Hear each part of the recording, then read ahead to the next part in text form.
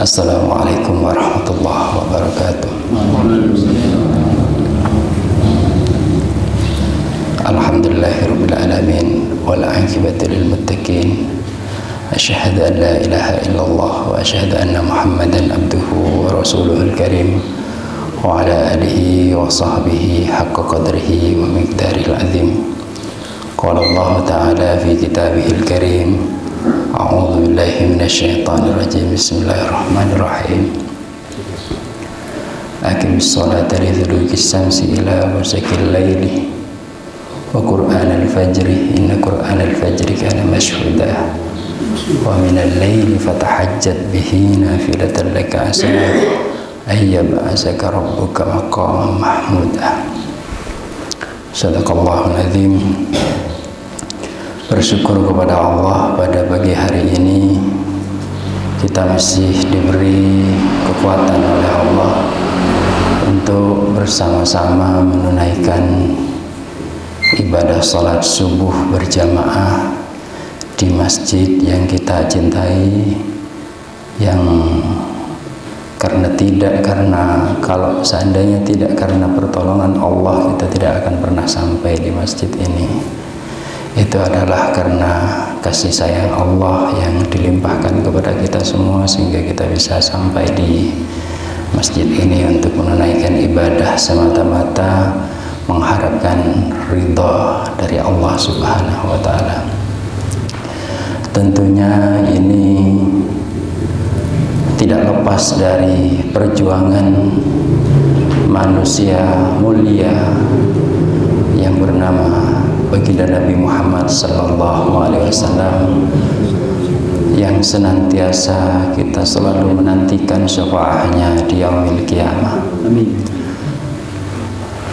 Hadirin jamaah salat subuh yang dirahmati Allah, pada pagi hari ini saya ingin menyampaikan kemuliaannya kita menunaikan ibadah sholat yang menjadi amalan terbaik. 3 amalan penting di dalam bulan Ramadan ini. Yang pertama sholat, yang kedua zakat, yang ketiga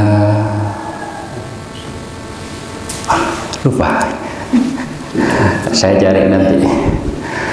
Ada 3 amalan penting, nanti akan ingat sendiri karena seyogyanya bukan saya ini hanya mengisi.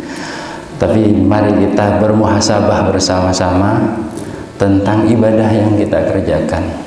Saya kadang-kadang secara pribadi iri dengan panjenengan semua istiqomah datang ke sini.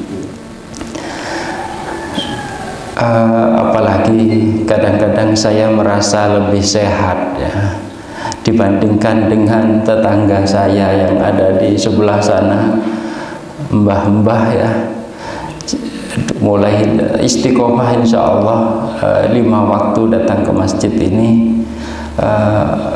Ya Allah, nangis gitu kadang-kadang. Jalannya pelan, tapi sampai ke sini.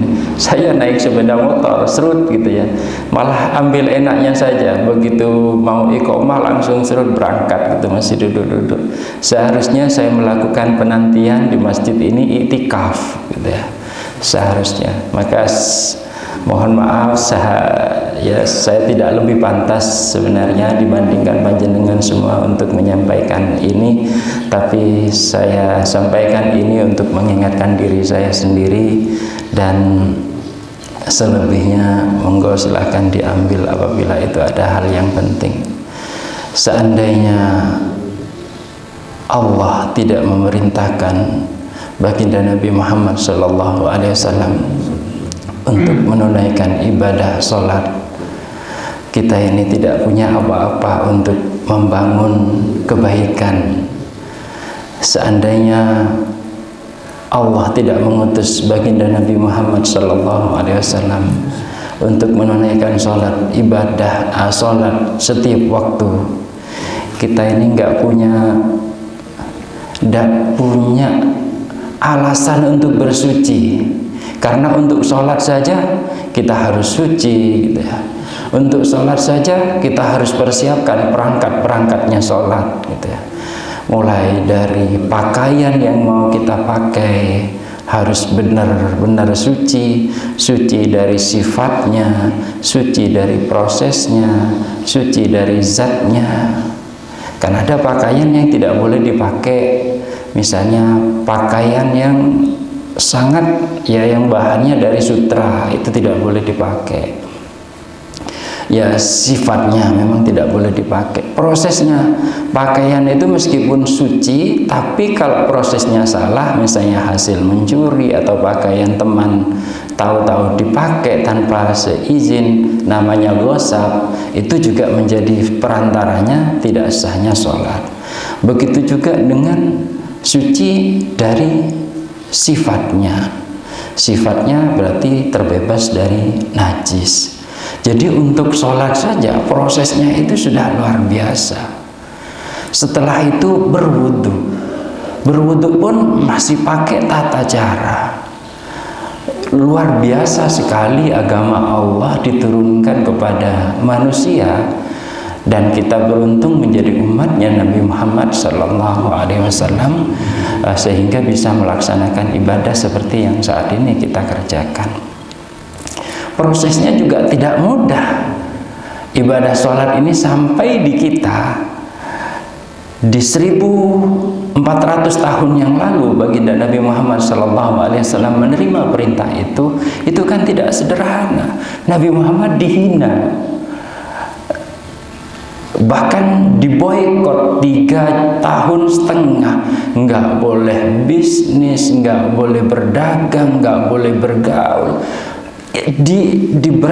Berada di sebuah lembah, tidak boleh kemana-mana, kanan kirinya dijaga oleh kafir Quraisy, tidak boleh kemana-mana. Terus kemudian Rasulullah pernah mencoba berdakwah ke Taif. Di sana Rasulullah itu dilempari batu oleh anak-anak kecil dan diolok-olok, di bahasa Inggrisnya dikocain, gila gitu.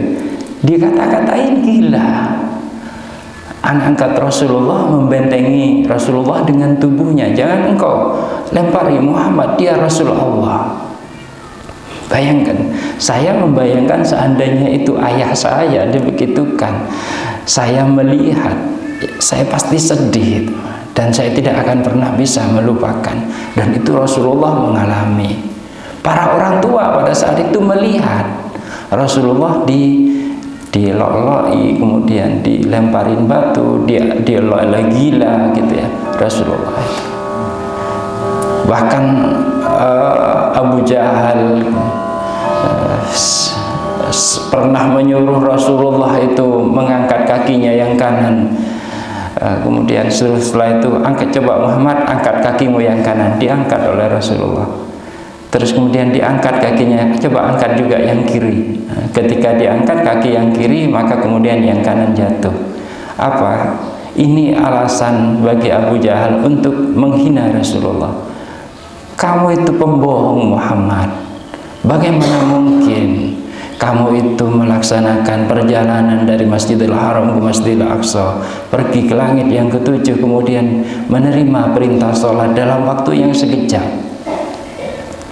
Kata Abu Jahal, kamu pasti pendusta, kamu itu penyihir.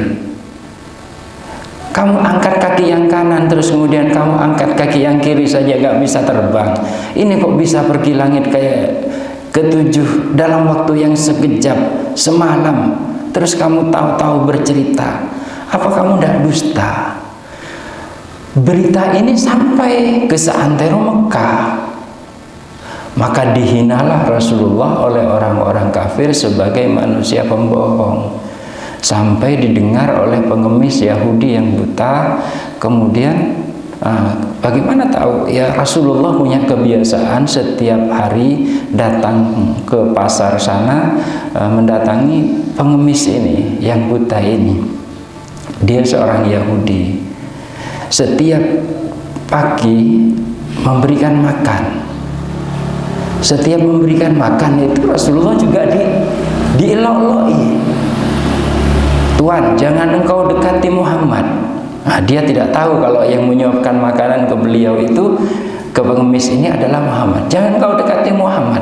Muhammad itu pembohong, pendusta. Besoknya juga lagi begitu. Jangan kau dekati Muhammad. Muhammad itu penyihir. Seterusnya sampai Rasulullah wafat. Setelah wafat, Abu Bakar meminta kepada putrinya untuk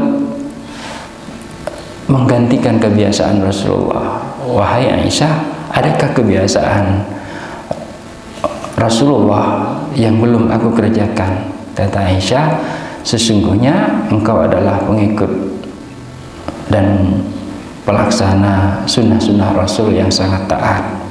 Tidak ada satupun yang tidak engkau kerjakan. Tapi ada satu hal yang belum pernah engkau kerjakan, yaitu mengantarkan makanan kepada seorang pengemis Yahudi di pasar sana. Kalau begitu, buatkan makanan yang sama seperti Rasulullah mengantarkan makanan kepadanya. Dibuatkan, diantarkan. Sampai di sana ditanya, ini pengemis ini tanya, siapa Tuan? Saya orang yang biasa mengantarkan makanan kepadamu. Siapa Tuan? Saya orang yang biasa mengantar. Bukan Tuan yang biasa mengantarkan makanan kepadaku setiap hari. Orang yang biasa mengantarkan makanan kepadaku, hatinya sangat lembut. Dia tidak pernah berkata apa-apa.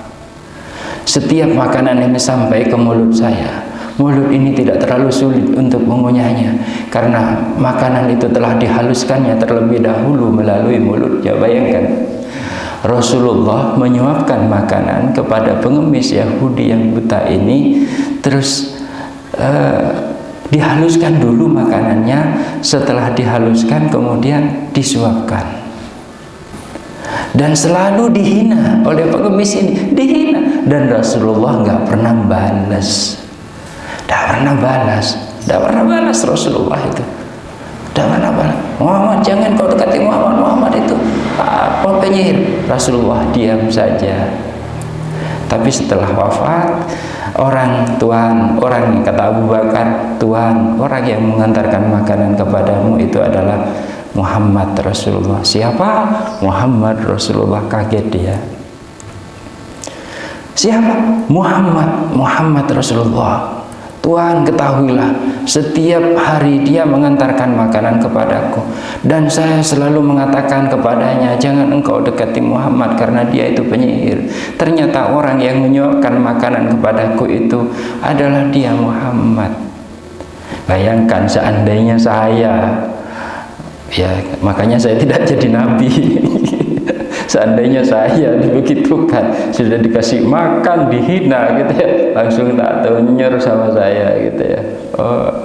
Tapi Rasulullah memang benar. Makanya sampai ada kalimat, ahsin ila man asa'a ilaika, berbuat baiklah kamu terhadap orang yang berbuat jahat kepadamu. Itu akhlak yang benar-benar diajarkan oleh Rasulullah. Dan akhlak Rasulullah itu ada di dalam sholat. Dari sholat itu lahirlah kedisiplinan. Dari sholat itu lahir tanggung jawab. Tanggung jawab itu apa? Tanggung jawab pribadi kepada Allah. Jadi tanggung jawab kita kepada Allah itu ada di sholat. Dari sholat itu kita dapat mengambil hikmah tentang disiplin. As-sholatu ala waktiha.